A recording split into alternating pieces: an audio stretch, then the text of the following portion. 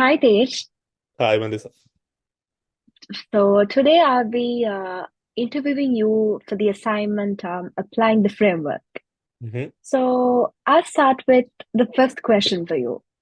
What do you think are the most significant takeaways from the Sociology 100 course? So, according to me, like the most common and the most significant and the most important takeaway from the Sociology 100 is the understanding the social inequality is a persistent and pervasive feature of society. It arises from the system of stratification based on factors such as class, race, gender, and ethnicity. These inequalities are deeply embedded in historical, culture, and institutional structures, shaping people's access to resources, opportunity, and life outcomes. Great. So again, for your second question, I'll be asking, how can you relate this takeaway to real world application? We can relate it to the real world applications like by recognizing social structures and their impacts in critically to addressing systematical issues such as economic inequality, as I talked earlier, like racial discrimination based on gender disparities. And a very good example will be like for economic inequalities stem for unequal access to education, job, and healthcare, which all are influenced by the borders of social systems. By addressing these underlying structures, such as thought, equitable education reforms, or inclusive work policies, we can promote families and bridge the gaps in opportunities and outcomes. Wonderful. So for your third question, which theory do you think best explains the concept of social structure? Okay. So, according to me, and as I've discussed and heard about it, I think so. Conflict story or conflicts theory provide a powerful framework for understanding social structures. The main emphasis of this theory, or the main role, is to provide power, control, and inequality in shaping societal relationships and institutions. The theory highlights the struggles between dominant groups who hold power and resources and marginalized groups who are often face oppressions. This perspective helps analyze systematic issues such as class struggles, systematic racism, and gender inequality by exposing how resources and power are distributed unequally. By addressing these disparities, conflict story advocates for social transformation and justice. I have took this reference from Liberty 2022 textbook, and we have studied this in unit number 2. Wow, you answered that perfectly. So for question number four, what are your views on cultural diversity and how can you relate it to the modern world? Cultural diversity, very big term, diversity. So it refers to the coexistence of various cultural traditions, value, practices, and expressions within a society or across the globe. It represents the richness of humans' creativity and the different ways groups adapt to the environment and expect their identities. In the modern world, cultural diversity plays a crucial role in shaping societies, especially in the context of globalization and technological advancements. Globalization and interconnectedness. Today, technologies like social media and internet connect cultures in unpredicted ways, allowing people to exchange ideas, practices, and values. Like, for example, a Korean pop app, K-pop, has had a global influence and in impacting fashion, music, and entertainment all over the world for everyone. And for example, migration and like multicultural societies, like people migrate from one places to another in search of like experiencing the new cultures, new food, and new tradition. And today, nowadays, migration is happening on a large scale, which makes a center for cultural diversity. Cities like New York, Toronto, and Dubai are vibrant examples of cultural diversity. Nowadays, Canada has also experienced a cultural diverse things which where people influences their festivals, their cuisines, and their public spaces. Okay, that's a great answer. So for question number five, is there a theory that you can relate to the concept of cultural diversity? Mhm. Yes, there is a theory known as multiculturalism that directly relates to cultural diversity. It emphasizes the coexistence of various cultural groups within a society, where each group retains its unique cultural identity while contributing to a shared national and global identity.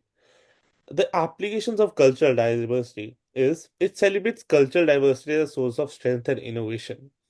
It promotes equal representation and inclusion of all cultural groups, fostering mutual respect and understanding. It refers to the modern world as like countries like Canada and exemplify multiculturalism by officially recognizing and celebrating cultural diversity. This policy creates an inclusive society that respects difference between uniting people, understanding their values and shared values. I have taken this reference from Longley 2024 and have read cultural diversity in our Unit 5. Wonderful. So for question six, what do you think, what do you understand by the term social change? Social change refers to a significant transformation in the structure, culture, norms, values, and practices of society over time. It can occur gradually, as within shifts in cultural attitudes, or rapidly, as well with technological advancements or political revolutions. Social change affects various aspects of social life, including institutions and relationships and behavior. I have taken this definition from Kumar 2024. Whereas social change drives technological advancements, cultural advancements, political and economic shifts, as I described up. Technological advancements like innovations in artificial technology or renewable energy are reshaping industries and lifestyle. Cultural transformation, movements of equality and inclusion, such as LGBTQ+, rights to gender equality, and redefining social norms, are taking place due to social change. Moreover, it has an impact of political and economic shifts as well. Like social welfare is nowadays a big concern for the political parties, and economic inequalities are the key to modern world social transformation. Okay, that's great. So for question number seven, are there any final concepts from the course that you would like to highlight? Yeah, there's one last concept that stands out in sociology is like body health and medicine. This explores how society shapes our understanding of human body, health, illness, and medical practices. These are not purely biological phenomena, but are influenced by culture, norms, power, and dynamics and historical contents. The sociology of health helps us explain disparities in healthcare access and social factors that influences well-being. Wonderful. So for question eight, how do you think the sociology of the body, health, and medicine connects to modern world issues? So, in this area of sociology, it's deeply relevant to the modern one issue as it examines the intersection of social structures and health related challenges, like they're interrelated.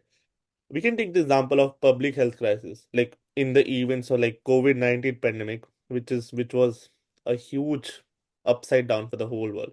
Social factors such as like misinformation, economic inequality, and cultural attitude shape public health outcomes.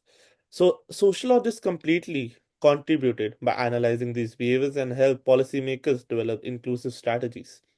Aging population is nowadays a big issue in major countries. Many countries face the challenges of aging population, including healthcare systems change and changing social norms and caregiving.